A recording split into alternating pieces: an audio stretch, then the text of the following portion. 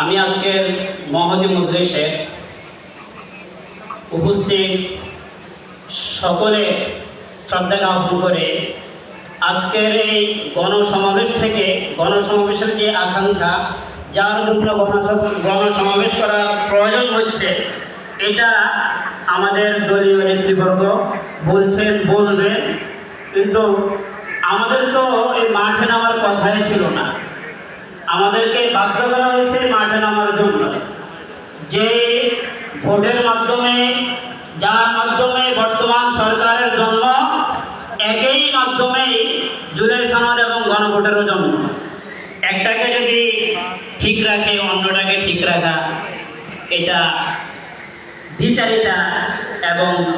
এটার সাথে অবজ্ঞা এবং গাদ্দারি ছাড়া আর কিছুই আমি মনে করি না। তাই আমি বিএনপি সরকারকে বলবো, বাংলাদেশের গণমানুষের রায়কে অতি দ্রুত কার্যকর করুন। আর আমি আমাদের খেলাফতের সকল সাথী ভাই এবং আমরা যারা মাঠ পর্যায়ে কাজ করছি, আমি আমার অবস্থান থেকে বলতে চাচ্ছি, আমরা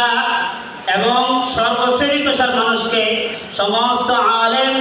এবং ছাত্র সমাজ সকলকে বলতে চাচ্ছি যে আমাদের অবস্থান হবে রুহামাউ বাইনাহুম আর আশিদ্দাউ আলাল কুফফার। এখানে যারা আছি সবাই কমবেন বুঝি, আমাদের কাজ করা দরকার, কাজ করে যাওয়া। আমরা আমাদের কাজ করে যাব, কে কি বলছে না বলছে তার পিছু না পড়ে আমরা আমাদের আমির সাহেবের দিক নির্দেশনা অনুযায়ী যেভাবে আমাদেরকে উনি চলার জন্য রাহবারি করছেন, আমরা যদি আমাদের আমির সাহেবের দিক নির্দেশনা অনুযায়ী আমাদের পথ চলাকে চলতে থাকি, তাহলে আশা করি একদিন, 2 দিন, 3 দিন, একটা সময় আসা